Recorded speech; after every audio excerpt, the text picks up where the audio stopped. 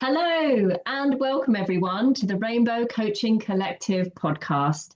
We are a collective of LGBTQIA plus transformative coaches who are set on empowering members of the community and its allies one conversation at a time.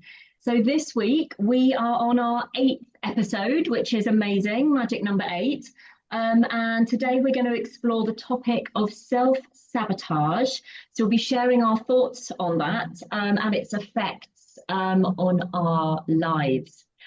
So just to kick off, I thought I would share a short definition of self-sabotage, just so that for anyone who isn't really too clear about what it could mean. Even I learned something from looking up the definition as well. So I'll just read it out and we can take it from there. So the definition that I've got here is self-sabotage is behavior that interferes with achieving your goals or undermining your own well-being, often unintentionally. It can manifest as procrastination, negative self-talk, or engaging in actions that contradict your desires or values. Essentially, it's when you get in your own way, even when you want to succeed. So quite poignant there. And reasons why we self-sabotage can be for a number of reasons, which I'm sure we'll explore, but they can include fear. So fear of failure, fear of success even, low self-esteem, if you've been through any past trauma, a need for control, or unresolved conflicts in your life. So that's a bit of information about self-sabotage. And just before we jump into the conversation, I just wanted to give one metaphor that I literally came across today. So before I go into that, I realise I haven't said hello to you guys because I've already said hello to you, but the audience haven't. So I'm going to open it up. Excited to get stuck in. Self-sabotage, let's get stuck in. But I'm going to open it up to the floor and just introduce my wonderful coaches who are we're all part of the collective together. So I've got the amazing Rachel. Hi, hello. And the amazing Max. Hi, everyone. Hello. Yeah, thanks so much, guys. And yes, before we jump into conversation, I just wanted to share this metaphor that I found really useful, and it was totally unrelated. I was listening to a podcast today, and the lady who was speaking is a spiritual teacher. Her name is Sister Shivani, and the metaphor she used was with self-sabotaging. A visual metaphor would be, say you've got your mobile phone and self-sabotage is like the apps that are in the background that you're not using, but they drain your energy. So you might not even be aware that these apps are running on your phone, but your battery's being drained. And it's only when you go into your settings and you have a look at what apps are being, and you're not using them and they're draining your battery, it's only that awareness that you realize, oh my goodness, I had no idea that was going on underneath your phone or your life. So that was a bit of a helpful visual for me when I was thinking about it. So I just thought I would share that because that was just something that came up today on my walk. So yes, I'll just open it up. I'll stop talking now. So I'll open it up to you guys. So self-sabotage, thoughts on it? Okay, first, right? Yeah, I'm happy to. I think when you first brought this up about, let's do something on self-sabotage a couple of days ago, I was just like, I know the term self-sabotage. When did I learn the term? Because I have to say, I'm an expert in it. But when did I know what that meant? Or, that kind of thing of just knowing, or that awareness to suddenly realize that actually I could be my own worst enemy by self-sabotaging and learning that actually, some of those behaviors come from a very protective point of view, and they might have worked at that point and then they've just kind of manifested and got out of hand, and they're no longer coping mechanisms. They become self-sabotage. So it was kind of interesting to kind of go, well, actually, if I was to pick something, there's a lot to pick from. So the self-sabotaging is quite a big part of me. But I have done counselling and worked with them, and I'm kind of my awareness of them is getting bigger, and therefore I'm stopping them before they get out of control. Yeah. Yeah. That's a huge part of this, isn't it? Actually thinking about it is the awareness piece, Mm. self-awareness as to what these patterns are. I love the definition, Holly. And I wrote down interference with goals, but the unintentionality around that. It's like these patterns, like the apps in the background on the phone. That's such a great metaphor. And that's exactly what it's like, right? We don't know what apps are running in the background that we don't want until someone tells us that, or unless we go into the phone and check for ourselves. But that's really hard to do as a human being, if that's always been our sort of default. So I think the awareness part seems to be so important in this whole conversation. Like, how do we actually know what these patterns are if they are unintentional, subconscious patterns? And that's been my experience as well. It's only through like coaching, therapy, having things reflected back actually in friendships was really useful prior to getting therapy and that sort of thing, and realizing that the way I was operating wasn't necessarily universal. I think that was probably my first reflection back of like self-sabotaging behaviors. Um, but yeah, it's becoming a coach and seeing people in the coaching space. It's amazing to see how, as human beings, most of us can spend our entire lives operating under these patterns without challenging them at all. And it's not till you get into the coaching space that you actually realize that there's something you can do about it, right? We have our Mm. inner critic, the voice, the patterns, but who's that talking to? There's an observer of some sort. There's a space between this thing, this patterning, and who we are, and how our behaviors play out. So, I think witnessing that first time with others, but also for myself, has been, uh, yeah, really, really eye opening. Yeah, absolutely. One of the things when I first was exploring the topic, and I think I've just noticed it coming up a lot with the clients that I've been working with. And it is something that I've worked on a lot myself. And one of the things that I really recognized in myself, and I've written down the words blown away because it really did blow my mind. I don't know if this resonates with you guys. Things I thought were just my personality were in fact me acting out of self-sabotage and overwhelm. So especially sort of in my late teens, 20s, even into my 30s, I thought that my behaviors, that's just me. That's just who I am. I don't like these kind of situations. I don't like talking to those kind of people because of this. No, I don't want to talk about that now because we're not at work. Or there's a number of things and examples that I kind of cringe about now, going, oh my God, I can't believe I said that.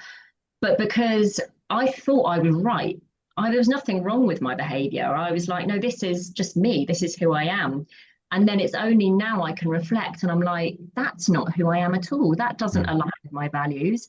That was me acting from, for me, one of the key things is overwhelm. So I was very overwhelmed with a number of things. So when things positive perhaps came my way, I couldn't take them on board, or I deflected them. It's like when people give you a compliment and you're just like, oh no, you deflect it because you can't hear it. You're just like, oh, that's just me. That's who I am. And it's actually like, but is it me? Is that the real me underneath it all? Or is it learned behavior or self-sabotage that is not allowing the real me, the authentic me, to exist? Mm.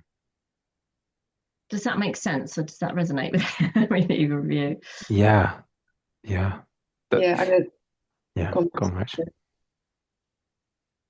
Oh, You go.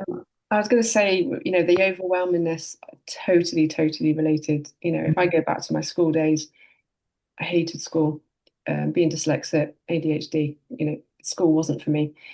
And I would go out of my way not to be there, not to feel the pain of not being able to do something.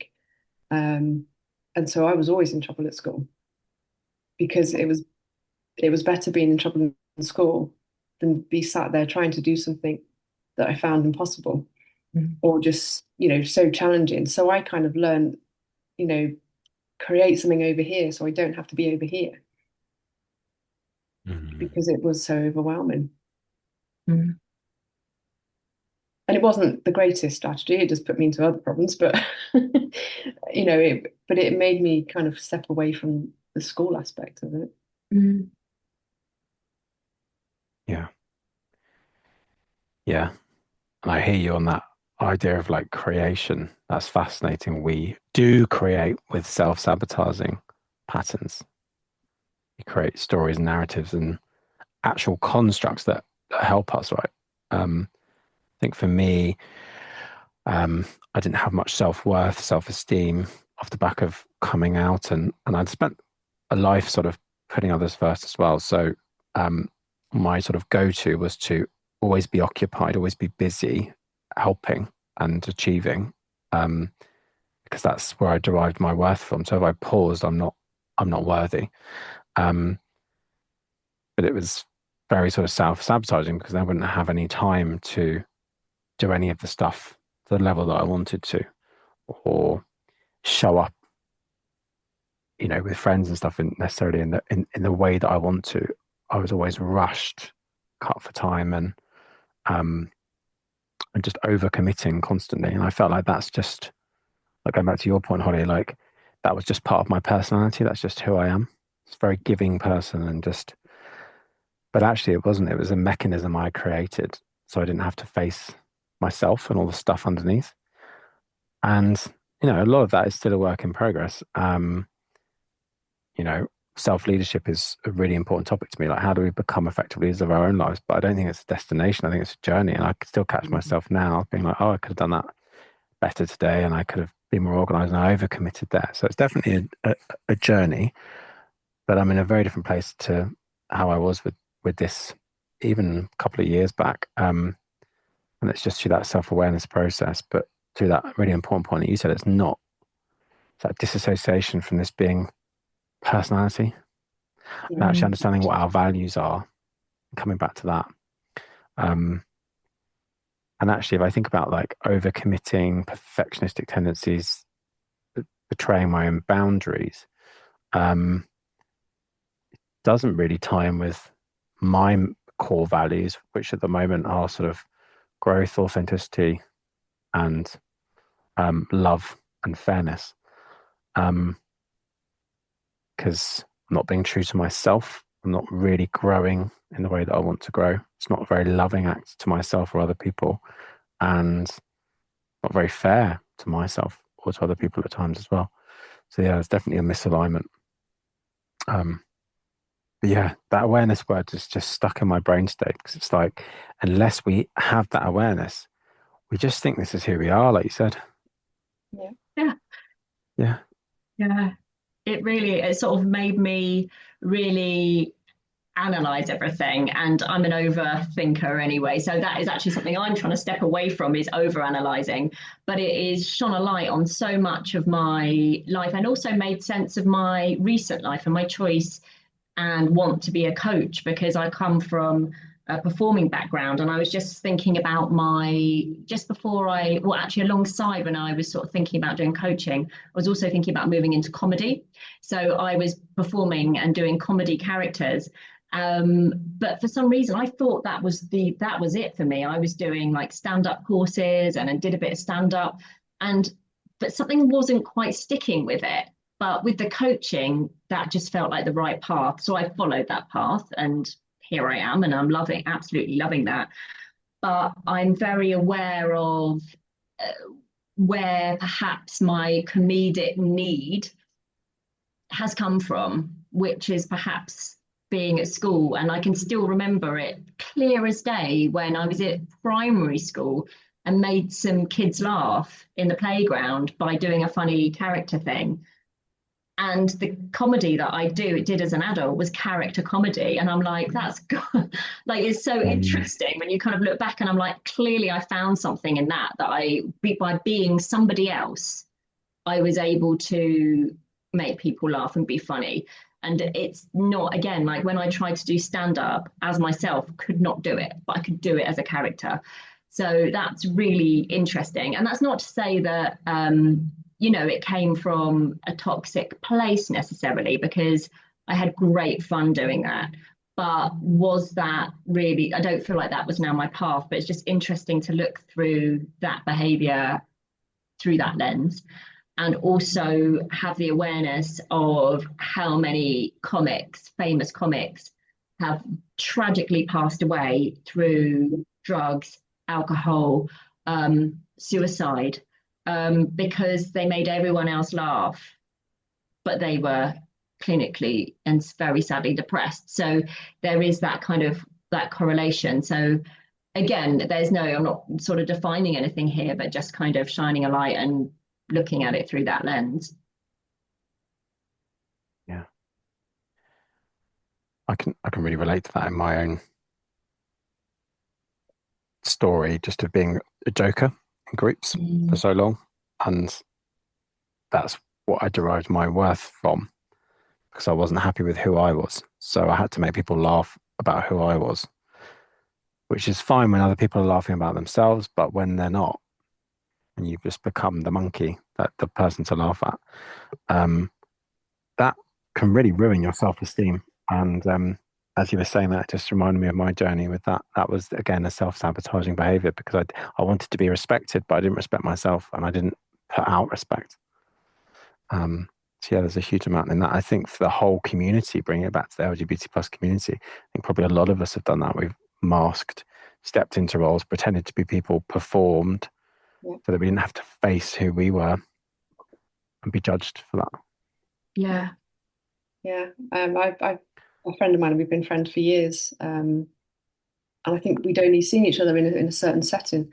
And then we went on our very first retreat. And we got there, and I think there was, I don't know, 20 odd, it was a Buddhist retreat, 20 odd women. And I became the comedian because I was nervous, because I didn't know the people. I didn't know how I should be. And she was like, I've never seen you like this.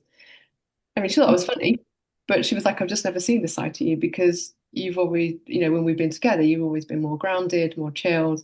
And I will come up with funny remarks, but it wasn't this performance that she saw when we first walked into this retreat. So it is really interesting, like you say, how we put this mask on to hide, or to not actually say, actually, I'm really nervous, and be more honest. It was more like, well, if anyone's going to look at me and I'll be a comedian, they don't have to see what else is going on. Yeah. Yeah. I wanted to ask you guys what you thought of, particularly relating the idea of self-sabotage to the LGBTQIA plus community. And that can either be in your experience or yourself. Do you think what's the relationship between the two, do you think? Is there one? I think there is. I would word it in, for my own personal journey. Actually, interestingly, I did a coaching and trauma course, and this particular one was on the LGBTQI plus, and he was saying anybody on within that community will have experienced trauma, because I mean, if I then go back to my own experience, at school, I grew up in Section 28, so it was very much the world was straight. So I think then you start to, or I did, that internalized shame of, well, I feel different to everyone else. What's wrong with me? Kind of thing. And then, like you say, that kind of comedian, or I mean, I was already kind of finding ways to escape school, but I think being gay as well played its part. And I think also that kind of, on the same way, that kind of the visibility of almost being quiet, because that kind of like, again, I think we've previously talked about it. Once you're out, you can't kind of come back in, and you're almost on that kind of hypervigilance of where is my safety place. So I think for me, it's a real big, the self-sabotage comes from that, and I think the big one probably comes from rejection as well. How am I going to try and be light or avoid rejection? Yeah. Yeah, I can relate to all of those.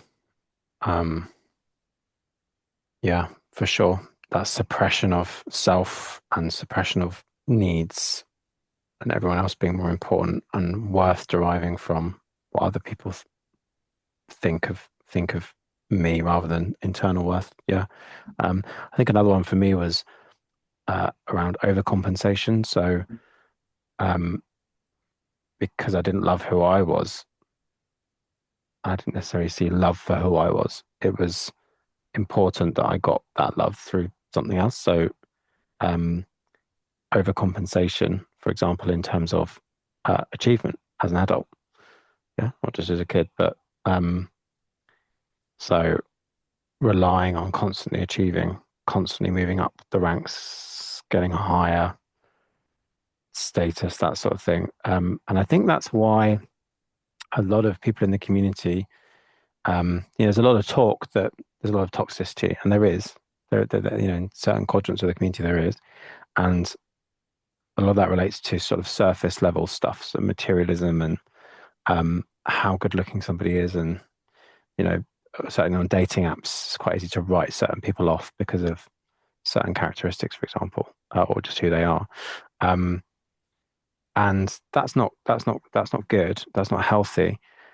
But it's interesting when we think where that might come from, right? And it's just it's almost like that overcompensation. We have to have. I don't have one, unfortunately, but we have to have a 10 pack at the gym, right? We have to have the top job in the organization. We have to do this, we have to do that, because if we don't, where else is our worth going to derive from? And I certainly went on a little bit of that journey myself, more in terms of like career and achievement. And when I reached the place where I sort of started to love myself, I was like, actually, that's enough. And what I really want is just a really simple life. That'd be great. Which is easier said than done, but there's not that drive anymore. I have a drive very much in the creation of my business and where that's going, because I'm passionate about what I do, but it's not so much about status and it's not to do with status, materialism, and that sort of stuff, whereas it might have been in the past. Yeah. How about you, Holly? Yeah, it was interesting listening to you both there. One of the things I just wrote down, because actually for me, self-sabotage turned up in a different way. So rather than overachieving, I've written down the word I couldn't operate because I was so full of fear. So I couldn't even begin to pursue my dream because I didn't know who I was, and I was so fearful of perhaps people finding out who I really was, and that fear of rejection that I couldn't operate. I couldn't fulfill my dream. One of the things that I noticed about myself is that I never was a go-getter. I only did things that came to me. And that's not to say that I didn't look for jobs and apply for jobs, but they were always very safe jobs that I knew I was going to get. I went into the profession of teaching, and don't get me wrong, I've learned a lot from that, but it was a guaranteed job. I didn't kind of go down a more risky creative route because of that fear. I wanted to operate. I operated in a world that I knew what it looked like, even though I hated it, if that makes Mm. sense. But that was from fear, and I couldn't acknowledge and love who I was, basically. So it was like, oh, let's be this person who I think I should be, rather than really going for the life that I wanted, really, Mm. I think. So yeah, I think that's how my self-sabotage has shown up over the years, is yeah, sort of underachieving in the areas that I'm really passionate about.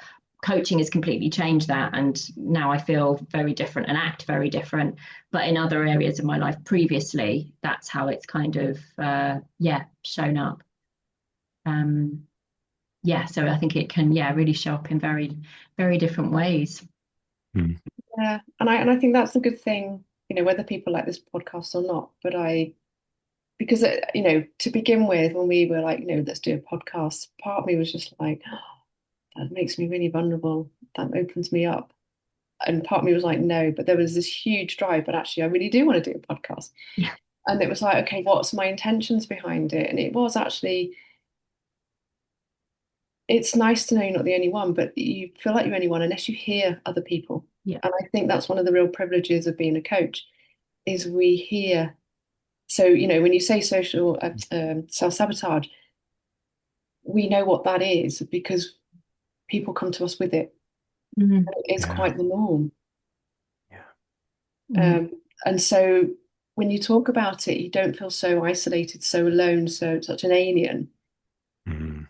And I think, for me, that's what then went, no, actually, I want to do a podcast, because if there's even just one person, to help that one person to go, no, you're not an alien. You're very much a human being. And that there are choices. It is a journey, and unfortunately, it doesn't change overnight. But, there are things you can do to, Yeah. be aware of those self-sabotages, be aware when you're going, I'm not good enough for this. I'm not going to apply for that job because it's out of my league. And Mm. it's those narratives, those stories that we home in on and believe, and then our behaviors then follow through, that keeps us where we are, no matter how damaging. I mean, I've tried to not physically alter my shape, but alter my shape to try and fit in into other people's shapes.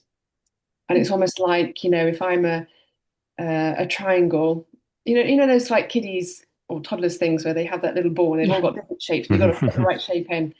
And I felt actually there's been periods, especially in some relationships, where I've been like a triangle, determined to try and get into this small little circle. And I've Yeah. bashed and bashed and bashed, and there's bits of me that become, I've lost bits of me, I've shaded it off, and I've changed and almost lost who I am. That's how much the self-sabotage took over. And it's Mm. only with hindsight, it's only with that awareness I can look back and go, wow, that was really damaging to myself. Yeah. But I Yeah. didn't realize it at the time. I knew it was painful. I knew it hurt. Yeah. It was almost that, what do they call it? I did a session the other day. Repetitive compulsion, I think. Mm. When you kind of reenact something, but it's that awareness that you need before you can stop that from happening. Mm. Yeah. Mm. Yeah. Yeah. I can. The most common question I can say I get in the coaching practice is, "Am I alone in thinking like this?" Mm. Every single person pretty much says that, and I said that myself when I first sat down for therapy and coaching.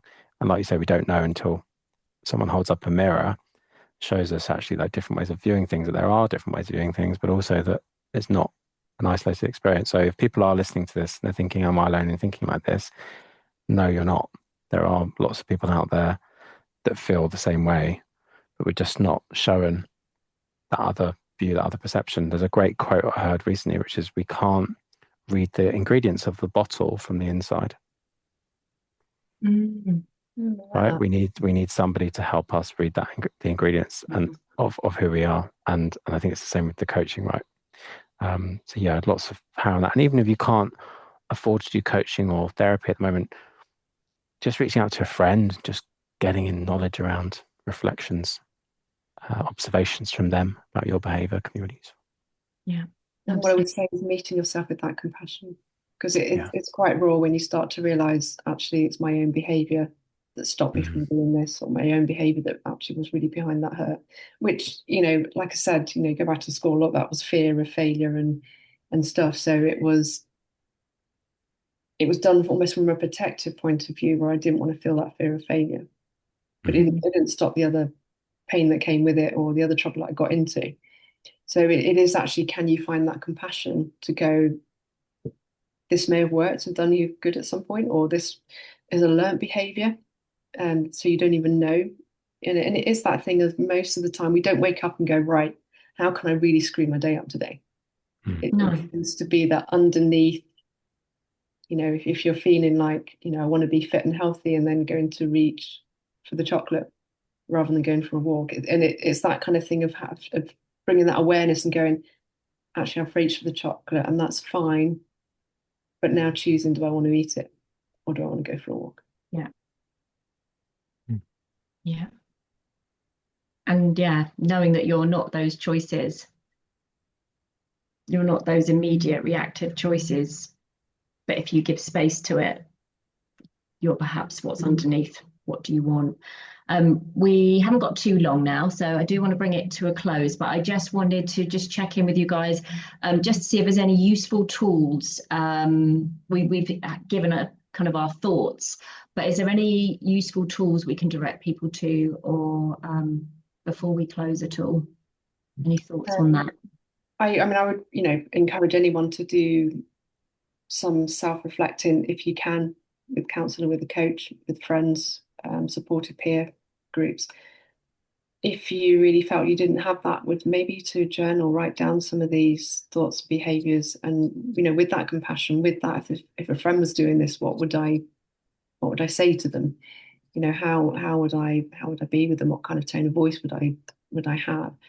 And actually, can I break things down? Because sometimes when we first realize that actually we may have stopped us from doing something, or our own behavior has been behind the pain, is actually, that can be quite overwhelming. So how do I now show myself that compassion? How do I show that acceptance of that's what's happened, for whatever those reasons? And sometimes understanding those reasons are helpful as well. And then try and move through it. But I would encourage, if it is really painful, is just don't do it alone. Yeah. Thank you, Rachel. Anything from you, Max? Yeah, everything that Rachel said. And I think just giving yourself the time and space to do this work as well.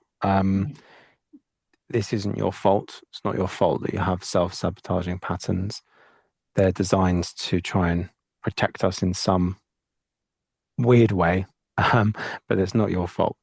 And if you find yourself going back to a default, you're operating again, you're back where you think you don't want to be kind, be self-compassionate, as Rachel said, and give yourself time and space to do the work. You will get there eventually, just by dredging it up in a safe way, through journaling, through somebody else safe, creating that self-awareness, and then having that self-compassion. Wonderful. Thank you so much, both of you. Okay, well, thank you so much for getting stuck into this topic and sharing your thoughts and stories. If you, the listener, resonate with this topic or anything we've shared today, or if you have any ideas on what you'd like us to talk about in the future, please visit our website, which is www.rainbowcoachingcollective.com, or get in touch with us via email on info@rainbowcoachingcollective.com. We'd really, really love to hear from you. Until next time, take care, everyone. Thank you. Thank you.